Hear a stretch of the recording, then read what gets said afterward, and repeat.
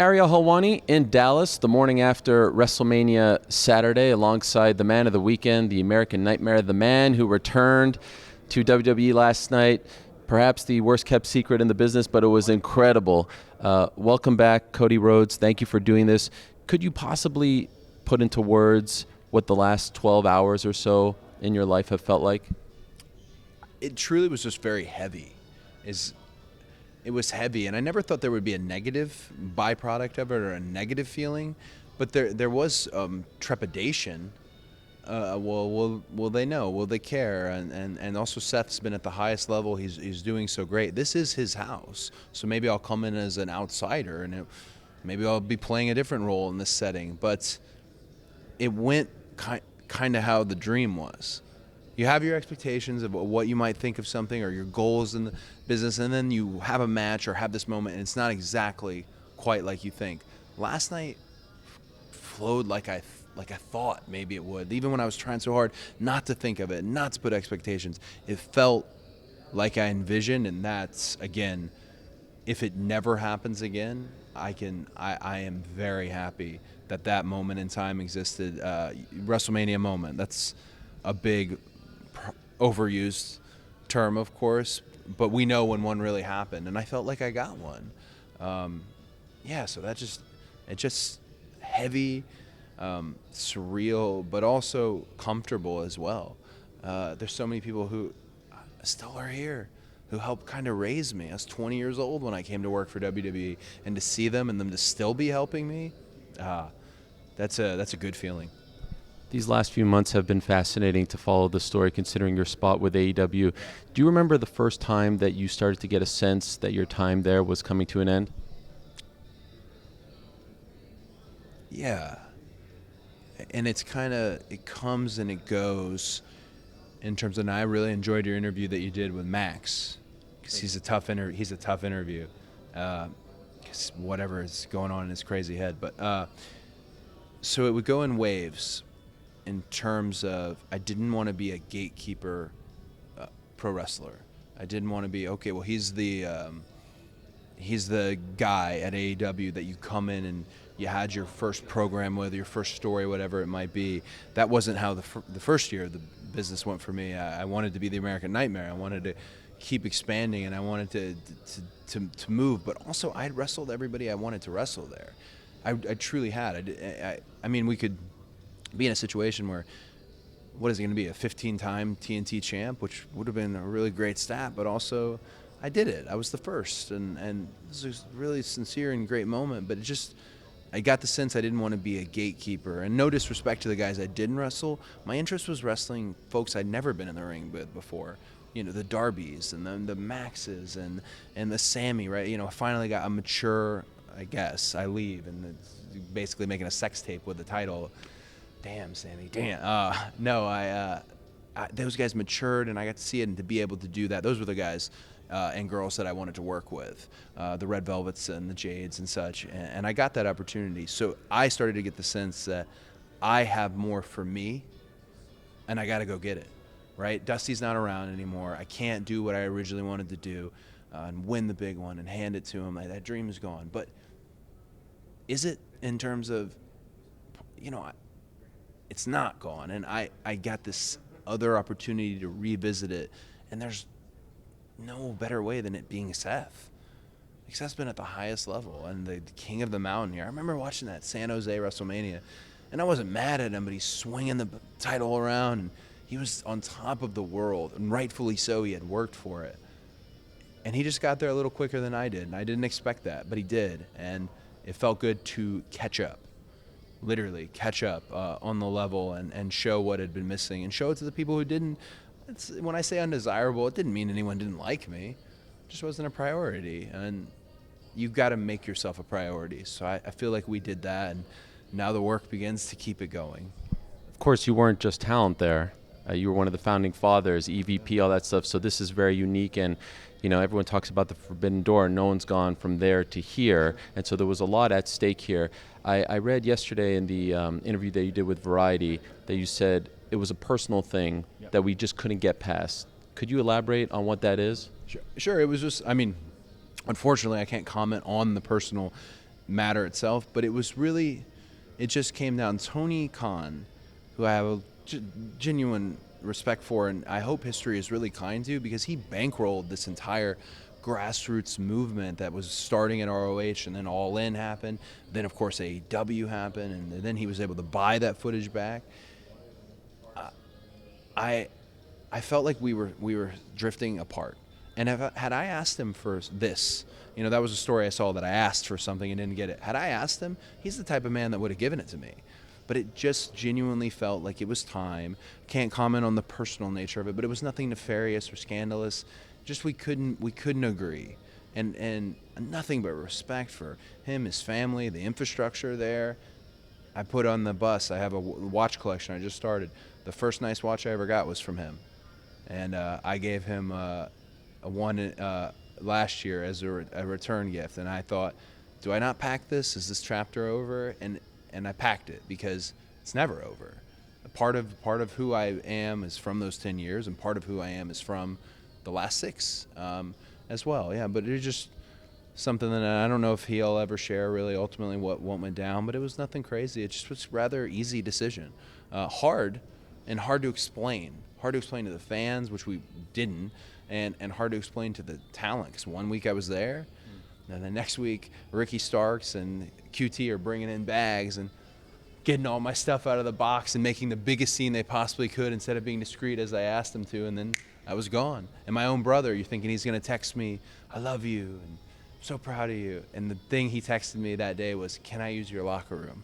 So the true older brother fashion. Can I use your locker room? Yeah, I guess. It's not mine anymore, but yeah, sure. But yeah, I had a wonderful experience there, and I feel the experience had maxed out. You never want to start getting into a situation where the love goes away. I wanted to keep the love.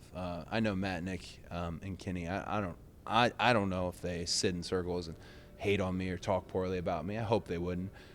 But if they don't know, I try to tell them on a regular basis. Absolutely love those guys. Instrumental, and we did it together. I helped them. They helped me. So I have nothing but love, and it'll always be that way. I think this business is at its healthiest when people are going back and forth, when there's money to be made, when there's options, right? I think a lot of people are curious to see how you will be treated this time around, right? Did you need to hear something?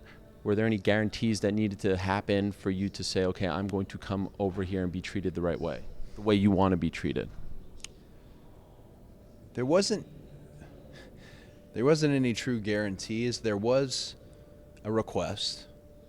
What was that? I said I never want to ever see Stardust ever again, and I never want to hear it and talk about. I never want to see it. And it was a handshake, and that was all I needed. And the first thing I did in the match last night was a random Stardust reference. And I thought, what are you doing? You're going back on your own strange requests. But other than that, it's complex to get this all together, and maybe one of wrestling's biggest contracts, which I'm so flattered about. My gosh, and happy. I have a child, so yeah. But it was more a matter of I don't not trust people, right? It's not I don't trust in this person's word or this person's words. But at this point in my career, I do trust myself. Fully, implicitly trust myself. So I know what I can do. And if given the platform to do it, I'm able to move on. I'm able to get over. I'm able to get hopefully what I want. And that was presented to me on a silver platter last night. I mean, nothing changed. Nothing. Kingdom played. Wrestling has more than one royal family, and this is a world where wrestling, the term isn't said that often. So to hear that was a big give from them, and to be me, I trust me, and it's not that I don't trust others, but I trust me and know. Again, I had that wonderful experience. Shout out John Cena. I forgot to mention him in that scrum. I drove John around for 2 years, and he was the absolute one of the better mentors. Him and Randy were great mentors because wrestling was far more fair than people often say. He was doing all the work. He genuinely was. He was the hardest worker in the room. And I thought, I can do it. I can. But every year I got another layer of commitment. And I'm sure you've seen with MMA and everything, it requires it's your life's work. So there's nothing silly about the entertainment industry to me because this is my life's work, pro wrestling and sports entertainment. But Yeah, I think I'm the best there is. And how I define it as a wrestler, because there's all these definitions. Oh, he's a good worker. He's a good talker. They get all these qualifiers. To me, what a pro wrestler is, or a super WWE superstar, whatever it may be, is your ability to capture people's imagination from week to week. Are they talking about it? Good, bad, ugly? Are they having a discussion, a discourse? And that's what I've been able to bring to the table everywhere I've went.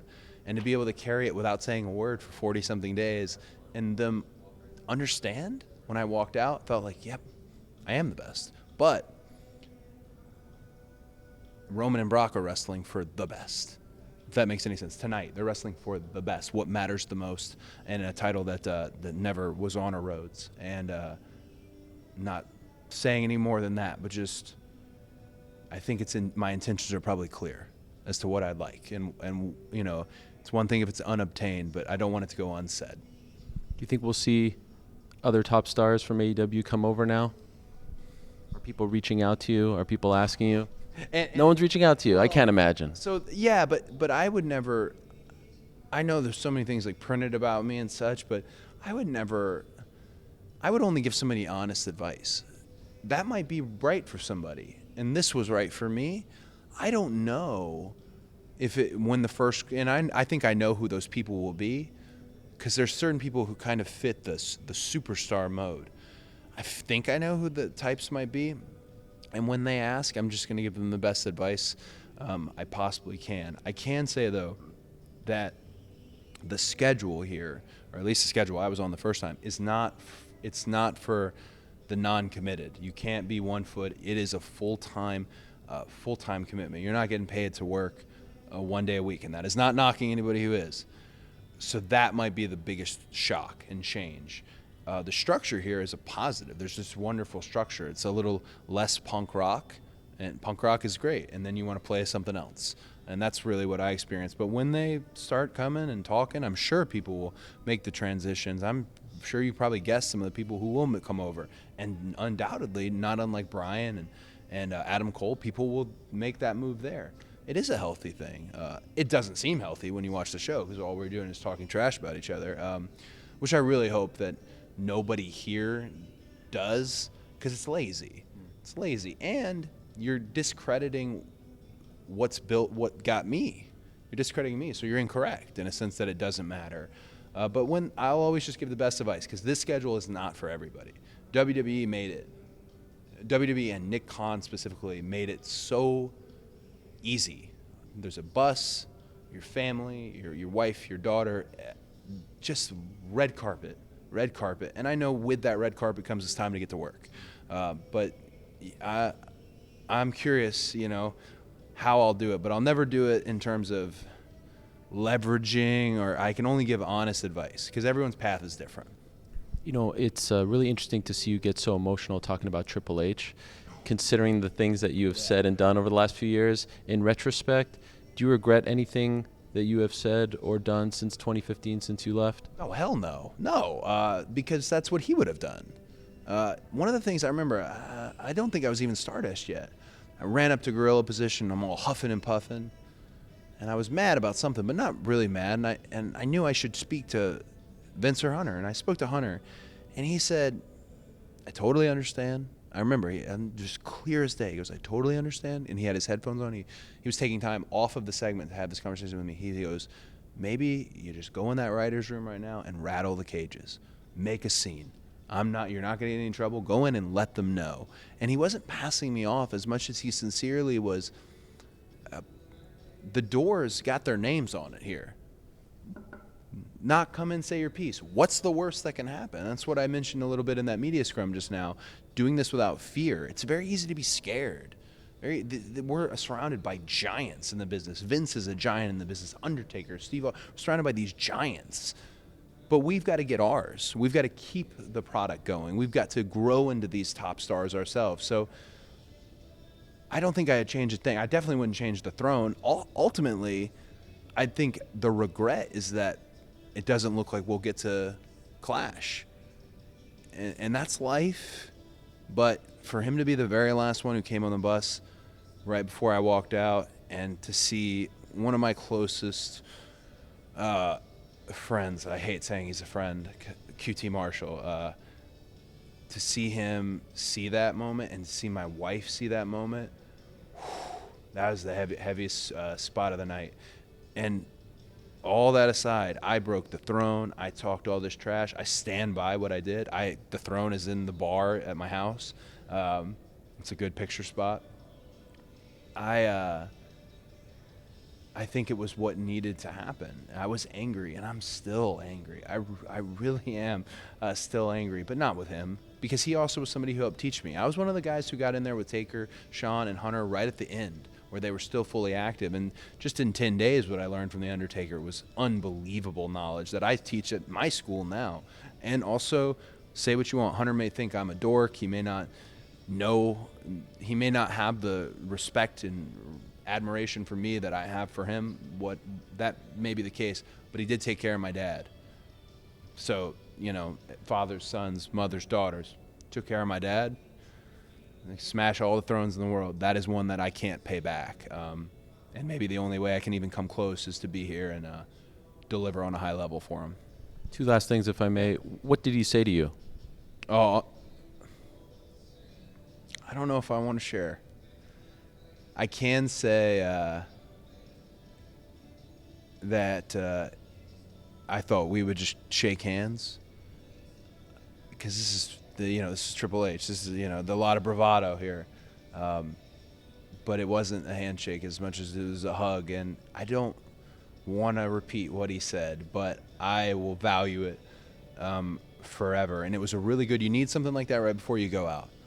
The last thing you need is something to go wrong. You need a moment like that, because then they put me on that golf cart and rushed me under. You need something like that right before you went out. And I was really glad he was the final one. And I think he made it that he was the final one. He's Triple H. There's that swag about it. I think he made it that he was the final one, and it was good. And I hope we cross paths in the ring in some capacity. And I'm not asking for anything that can't happen, for sure. But I kept telling people last night, I'm ready to play the game, but not nice. And it'll always be nods to him, because he was my favorite. I don't know how that happened, but he was. And if you were watching me wrestle at AEW, it was clear that was my favorite. So yeah, no, it's just a sweet moment. It's very rare in sports that the son of a legend ends up becoming a bigger legend than his father, or even replicating what his father's done. There's so many examples. It's very hard, right? You have now turned this business on its head twice, right? Leaving, starting this new company, now coming back. No one would have expected this. It seemed like such a far-fetched thing. Sure. I know you wish your father was here, and he loved this business and lived and breathed it. What do you think he would say about what you're doing, not as a performer, but for the business? You are changing things for not just yourself, but everyone. What do you think he would say about all of this?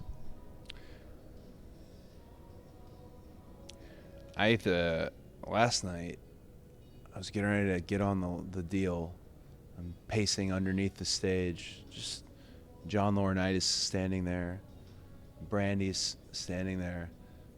Production gentlemen who were so nice are all right there. All these cameras. And I'm not a very faithful person. And Matt and Nick joke all the time that I'm an atheist. It's not a real thing.